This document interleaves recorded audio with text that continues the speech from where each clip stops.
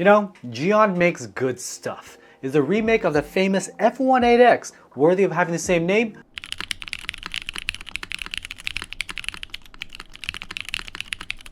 The F1-8X V2 is what people have been waiting for. We've had plenty of alternative options such as the F2-8X and the 722, but they really haven't kept up with the original F1-8X OG. And if the expensive cost deterred you, we even had the Frog TKL, a more affordable option. Affordable. When I say that word, when I say budget, people freak out. All the keyboards had the same form factor of TKL. The F1-8X OG, however, had the best sound. That sound was unique, poppy, and most TKLs could never achieve it without having some resonance, also known as hollowness. Even his following products, the F284, had a more dull, muted sound, and there was that huge fiasco with the scuffed weights, and he did end up taking care of the customers, but it was a whole drawn-out ordeal. And even though it was in stock, the vendors he worked with lagged like crazy, and people ended up waiting forever. And the 722 had lots of reports of it sounding not as good as the F1-8X OG. I never personally got hands on 722, so I cannot personally confirm. The Frog TKL, the more budget option, was plagued by a weaker spacebar, but had great aesthetics. I really liked the low front height, and I really liked how it looks. But being a sound preference kind of guy, couldn't get over the spacebar.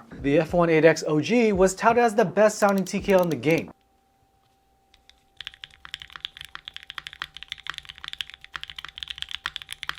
The design was very straightforward, just like this one, but it had a nice full sound. It also had mystery. The original sale was only to the Korean market, so you had to know somebody who knew somebody to be able to get one. They were like $400 over there, but by the time it got to the US market, because it was marked up and flipped, it was like $1,000. And why would people pay that? Well, when you tell a keyboard nerd that is rare and hard to acquire, they lose their minds. Geon, being the saint that he is, he had teased that the F1-8X was coming back. He was gonna make a V2 and have some updates to it. We can trust reliable old Geon. You know what else is also reliable? Factor meals. The holidays are a very busy time, and it may be stressful and time consuming to think about cooking and prepping meals. Choose from over 35 flavor-packed, fresh, never frozen meals that support a healthy lifestyle delivered straight to your door.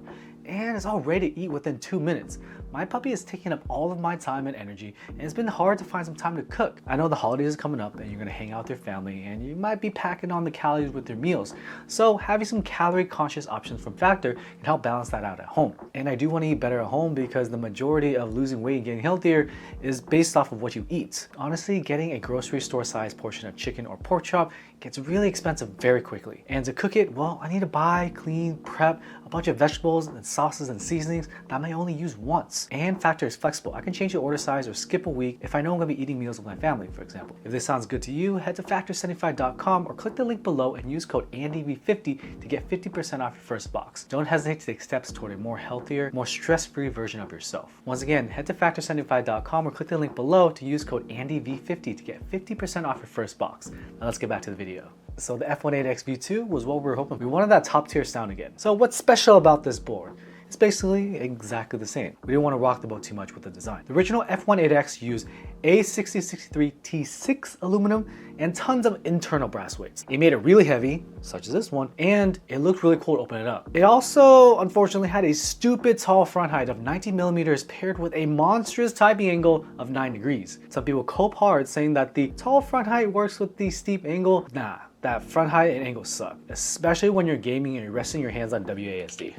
When typing regularly, maybe you can lift your wrist up and it'll be okay, but when gaming, it bothered me a lot. So this V2 is Geon heeding the complaints of his fan base. He lowered the front height to an astonishing 16.5 millimeters. I would consider anything 17 millimeters and below to be low front height, but oddly, we still have the 9-degree typing angle. The other difference is A6063 T5, which is ever so slightly softer. You're never gonna feel the difference, okay? Internally, there's copper weights now, and they look really cool. Copper is more expensive than brass, so upgrade. Price of this board right here is kind of difficult because you always gotta do quick maths. So the board itself is $325, the plate is $45, and the PCB is another $45. You may think to yourself, oh, the board's so cheap, it's $325, but you gotta add all up. So now I got $415 for the board, and the shipping from Korea is $50. And unfortunately, you can't really get out of that shipping from Korea. So at this price, it's definitely not a budget keyboard. But despite paying that much, it looks astonishingly boring. Like, yeah, there's a two-tone thing going on, but other than that, it's clean. The anodization and finish are very smooth, and I really enjoy it. There's fillets where there needs to be fillets and bevels, and it's just a very standard but well done TKL keyboard. In here you see that the plate is red. We have a custom plate here because as of late, Geon has been making plates that sound kind of thin. We don't know what the material is or something, but for this one, we ended up going with the 5052 aluminum, and it's the same plate file, but it yields a much fuller sound. The board has silicone gasket mounts, so there's these little strips that go on top and bottom. I personally hate the installation because it's really hard to keep the silicone in place, man. Silicone, the O-ring is like a circle and you want to keep it in the line. When you try to put it together, it's just gonna pop out. But at least it's removable, so you can go with provided V-tone or you can even swap to silicone. And the isolation gasket mount does really well because there's no resonance. It sounds full, like it's freaking thick sounding. Literally nothing wrong with that sound at all. And there's no foam, no force break, no nothing. Just a well-designed keyboard. What are the switches in here, you may ask? Best sit down for this. They are rare 2014 Razer Orange Stems, harvested out of those gamer keyboards and broken in cherry hyperglide housings. It's a stupid freaking switch, but it sounds good and it's haha funny waste of money switches. So let's go ahead and give it a full listen.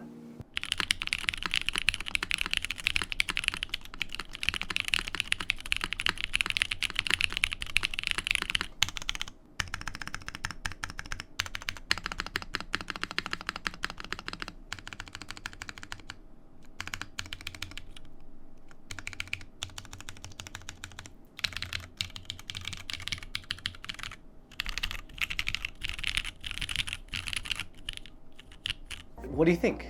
Does it take you back to the good old days where we're asking our Korean friends to smuggle keyboards over for us? My old sound tests were with the stupid Franken switches. Wait, these are also stupid Franken switches? The keyboard is really good, like it sounds great. It's just really boring looking. Originally the F1-8X, everyone put a sticker here just to make sure that, hey, it's an F1, it's rare. I had to get this from Korea. But I've seen as of late, people don't really put the stickers anymore. I was not expecting this to sound good because the F2 was kind of a letdown. It was an upgrade aesthetically, but the sound just didn't have that je ne sais quoi, that extra flavor.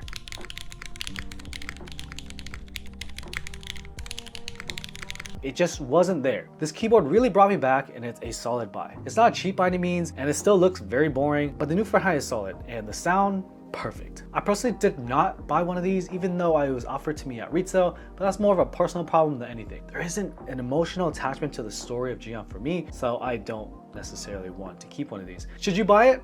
Probably if you like TKLs, you like full sound, and you don't care for resonance. Only for retail though. If someone's offering to you for like 100 over cost, don't touch it. Wait for Geon to release more. He's a homie, he'll sell more units, trust me. So yeah, thanks for watching. Let me know what you think of the F1-8X V2 in the comment section below. Peace.